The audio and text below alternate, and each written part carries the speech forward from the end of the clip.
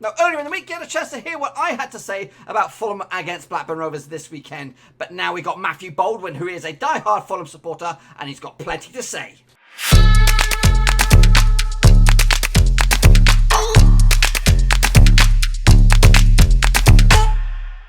That's right, folks, back once again with another video. This time we're listening to a Fulham supporter giving his opinion about this weekend's match between Rovers and Fulham at Craven Cottage. And we'll get to that in just 1 second. If you're new to the channel, smash your subscribe button to keep you bang out to date with all things Blackburn Rovers related, Championship related, football related. Oh, here on the Wolfskis. That's right, folks. I am joined by Matthew Baldwin, who is a die-hard Fulham supporter, been there, seen it, done it with the club, and he's with me live on Skype. So, Matthew, for my small corner, just my small corner of the YouTube universe, tell them a little bit about yourselves and why on earth you support Fulham. Okay, so there's a bit of a long-winded story to this. Like most kids growing up in Surrey, which I did support Manchester United as a child, as is sort of the ritual for most kids do.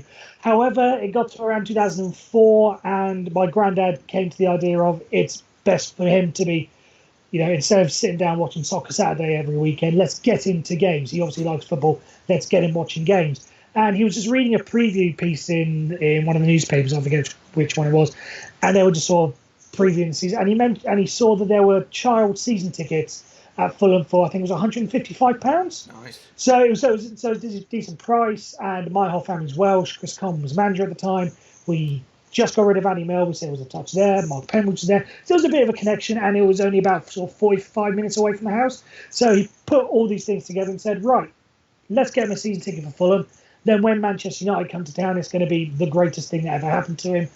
And to fair, it was that first season, but just over time, I just started supporting Fulham, and I haven't regretted it for a moment since. I could have had all these glory years with Manchester United, watching Cristiano Ronaldo, rise to what he is now. But I got much more joy out of watching Brian McBride and Heide Helgeson, bully defences for a couple of seasons, and I've just stuck with it, and I haven't regretted it since. Yeah, Fulham's a nice club. They've had some really good players over the years, but this season they started off a little bit stodgy, just like Rovers. How are you feeling after the result against Barnsley on the weekend?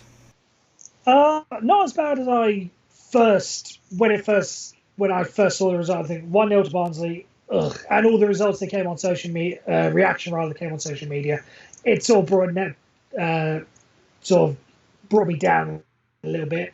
But having taken a step back, watched the highlights, all that sort of stuff, it's not as bad as it could have been. We managed to get some decent chances, obviously.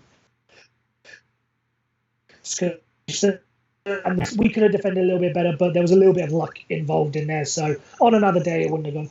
Overall, we had this bad result when we came down the first time against Ipswich, but that game was a whole lot worse than what we did yesterday. So it's not a total disaster. I think there's like 138 points left to play for. We've just dropped 3. That's all that matters. I'll give Scott Parker a game to get used to the championship, maybe a couple of games. If it's October and we're still struggling a little bit, then I'm going to panic. But right now, not so much.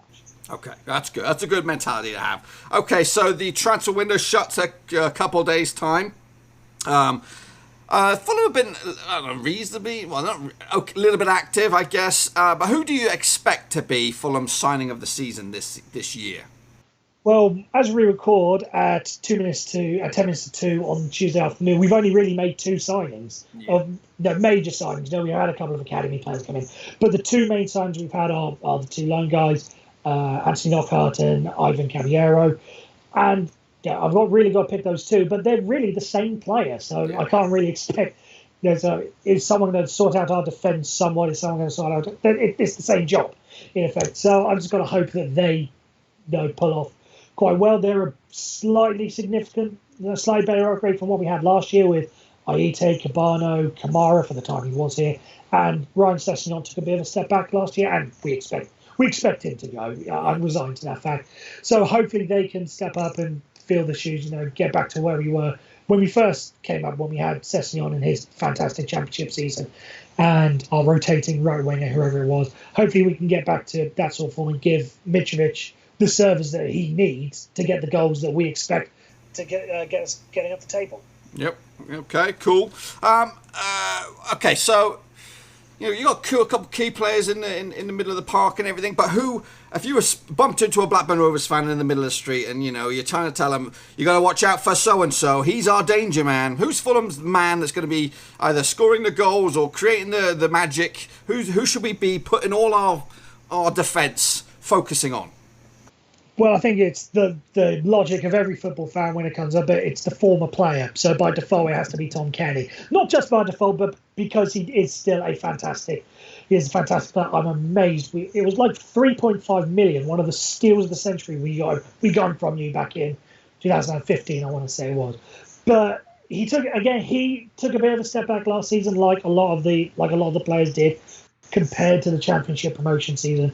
But he does still have that killer part in him, the ability to create something, and hopefully, this is his level. So he didn't have the best of games against Barnsley, but hopefully, again, like I mentioned, with Scott Parker making the adjustments, Tom Kenny's going to be doing more or less the same as well. So hopefully, he'll have the ability to create a killer pass, get Caballero or Knockout or Mitrovic in on goal. So I'm gonna go for Tom Kenny. Tom Kenny. Okay, so you've mentioned a couple of players in there, but give me who you expect to be playing from goalkeeper all the way through to the striker.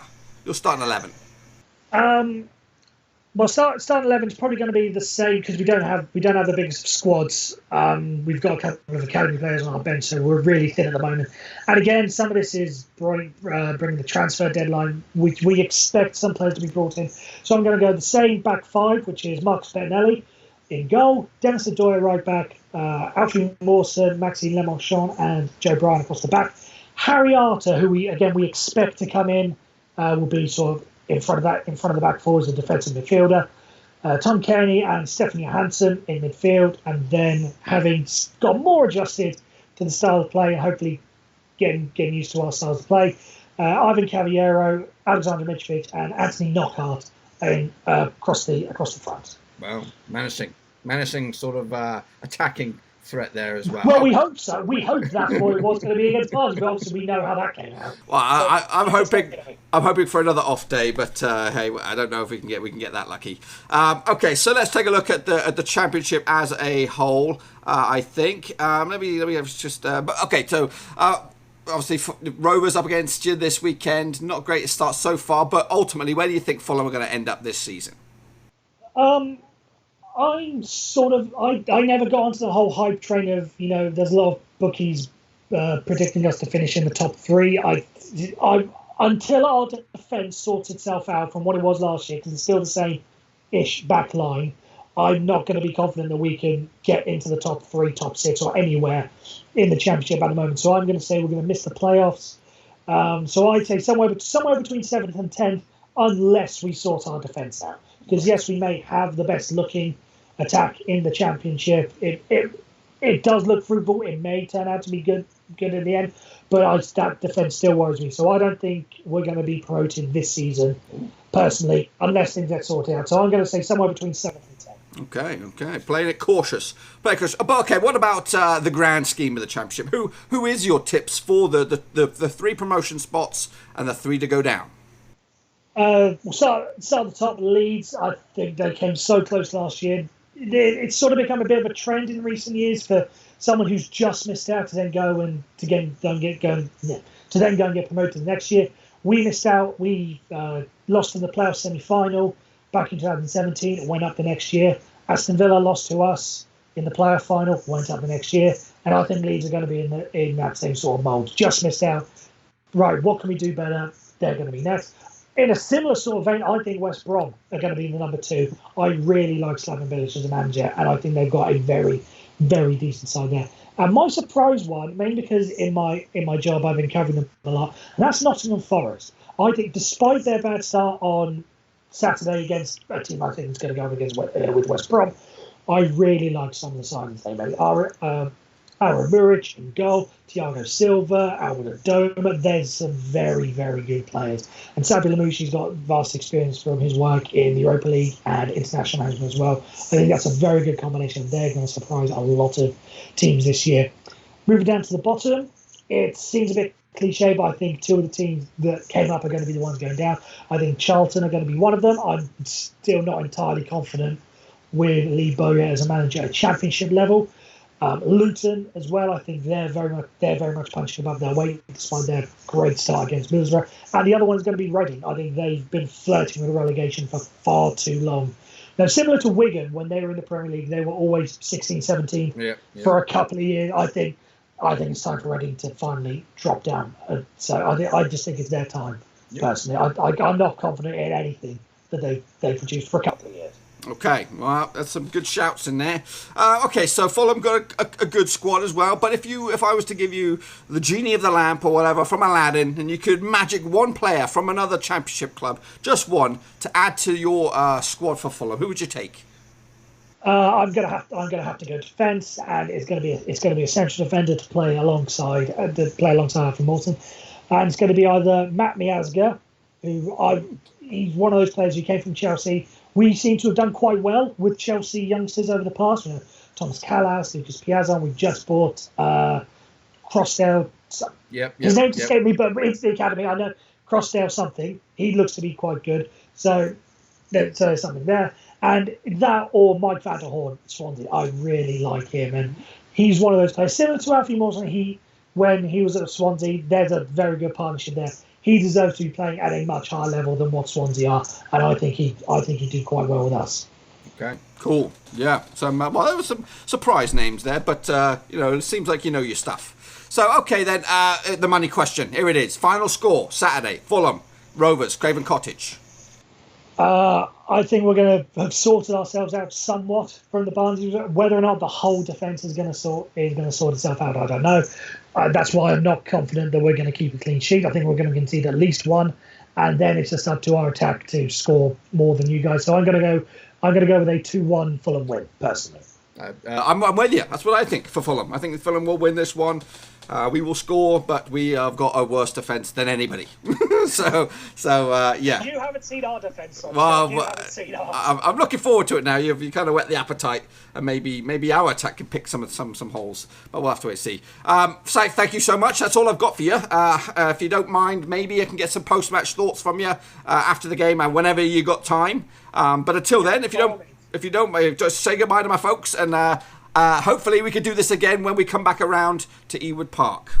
Absolutely. It's been a pleasure to be on here, and it'll be a pleasure to see you guys all again. That's pretty much all I've got for you today, folks. Hopefully you enjoyed the video. If you did, smash the thumbs up. If you're new, smash the subscribe. New videos pretty much every single day on the channel. If you would like to become a supporter of the week, whether it is for Rovers, whether it is for Middlesbrough, Cardiff, Hull, whatever it is, if you want to become a supporter, get in touch with me on the old comment section down below, or follow me over at Twitter at Roverseas. DM me that way, and then we can get in touch and hook each other up, boys and girls. We'll get in touch and all that kind of jazz. But yeah, what are your thoughts and opinions about the Fulham Rovers game? Can we upset the odds and beat one of the promotion favourites, Fulham, on their own doorstep? Or will we get ourselves handed it on a plate, boys and girls? So yeah, we'll have to wait and see till the weekend. But until then, I'm going to let you get out of here. Thumbs up, subscribe. I'll be back very soon, I'm sure, with some more coverage of this game. Thanks again for watching. Please like, share, and most importantly, hit the subscribe button to keep you bang up to date with all things Blackburn Rovers related, Championship related, football related. We've got it all covered right under one roof. And while I still have you, please be sure to check out some of the old videos scattered along here. I hope.